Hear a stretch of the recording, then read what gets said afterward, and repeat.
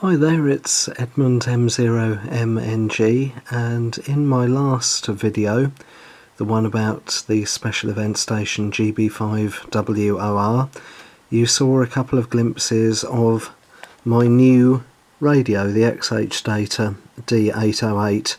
I say my new radio, it's new to me, but it's not brand new. I won it in an eBay auction about 3 weeks ago now, so quite recently, and I paid, I think it was £42.50 or so, including postage and packing. If you want to buy a new one, then I think right now being the beginning of February 2019, they're selling for roughly £69 on Amazon and about £76 on eBay. They don't come up on eBay secondhand that often.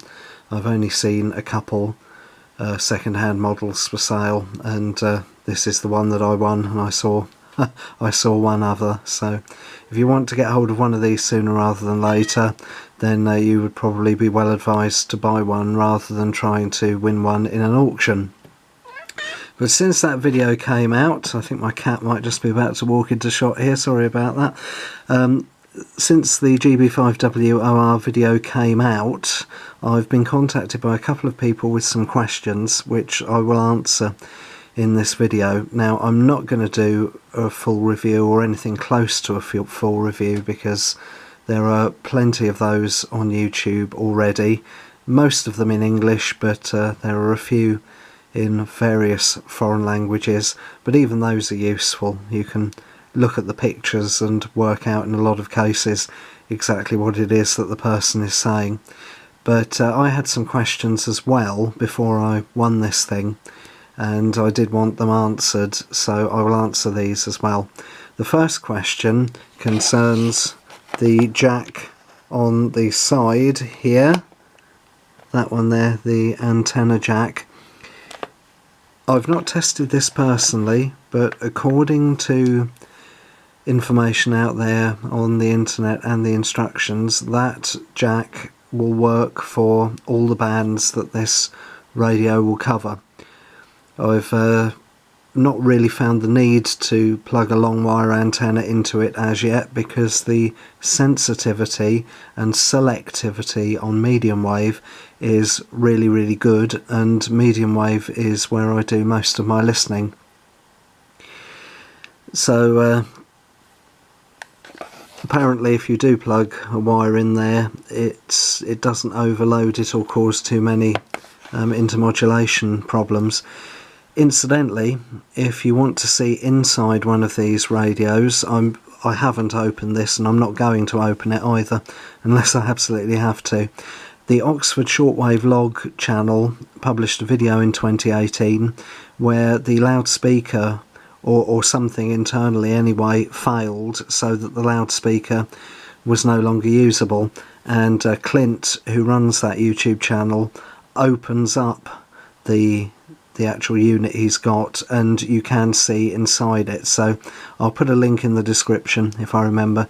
Have a look at that if you want to see the innards of one of these. It works really well on medium wave, less so on long wave. I'll come to that in a minute, although it is still usable on long wave. Another question that I was asked about was the battery. The battery it comes supplied with is made by XHDATA as well, and it says it has a capacity of 2000 milliamp hours.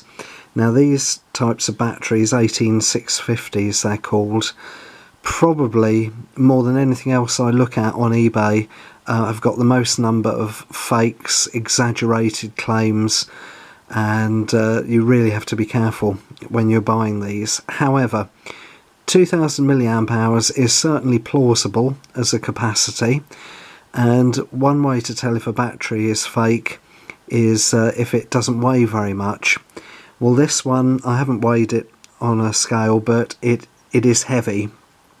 It's a lot heavier than some other 18650s that I've seen that claim to have a capacity of several thousand, 7, 8, 9,000 milliamp hours.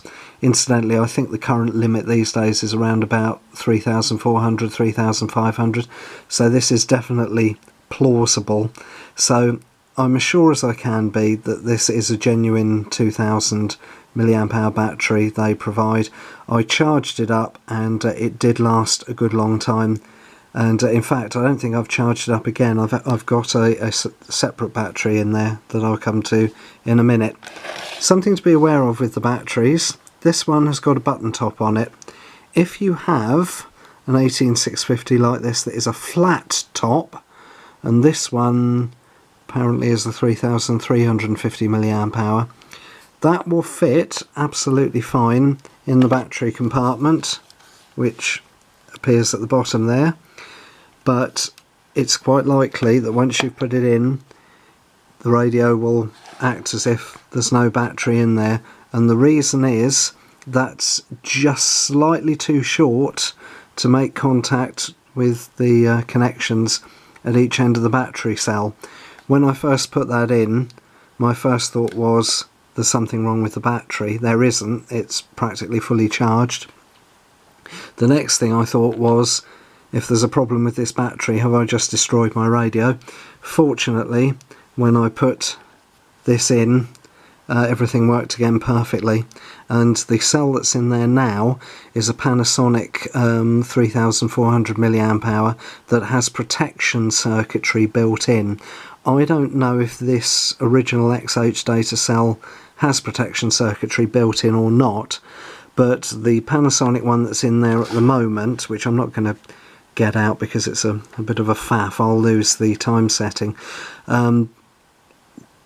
Because protection circuitry is in there, the battery is fractionally longer, and that is long enough to make a good connection.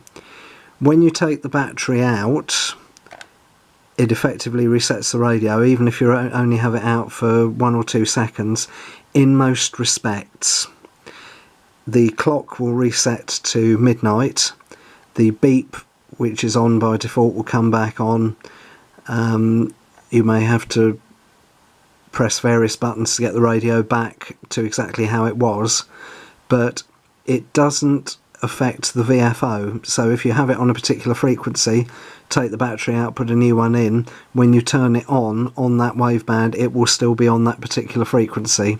So it's weird that when you take the battery out, the radio forgets about certain settings but not about others. Last thing about battery is that there is a battery icon here. There are 3 bars on it, with 3 being fully charged and 1 being the least charged. You will notice if you get one of these that whatever battery you put in, no matter its capacity, when it's fully charged, it won't stay at 3 bars for very long. With the original battery that came with it, I think it went from 3 bars to 2 bars after just a couple of hours listening, and I began to think, blimey, if the battery is genuinely discharging that quickly, then there must be a fault with it, or its capacity must be really, really tiny. But then it stayed on the 2 bar setting for a very long time. So if you get one of these and if it does that to you, then that's normal. Long wave I mentioned on. This is not good on long wave, but it is not as bad as I thought it was going to be. I certainly wouldn't use it for DXing unless I'd also got a very big loop antenna nearby. But if a radio station is listenable in your area on long wave, chances are you'll be able to hear it on here. Maybe not very well. You might have to turn the volume right up. And if you do turn the volume right up, don't then forget yourself and go on to medium wave or FM without turning it down again. Otherwise you'll get a huge shock when a vastly increased volume radio station comes through the loudspeaker. Here on the south coast of England, Radio 4 on long wave it's not a fully quieting signal, but it's on my Sangean, which I'll just bring in here. On the display there, it normally is about 3/4 of the way up, and there's no background noise, and it's very easy to listen to it. On this one there is quite a lot of background noise, but not to the point that if all else failed it would be unlistenable.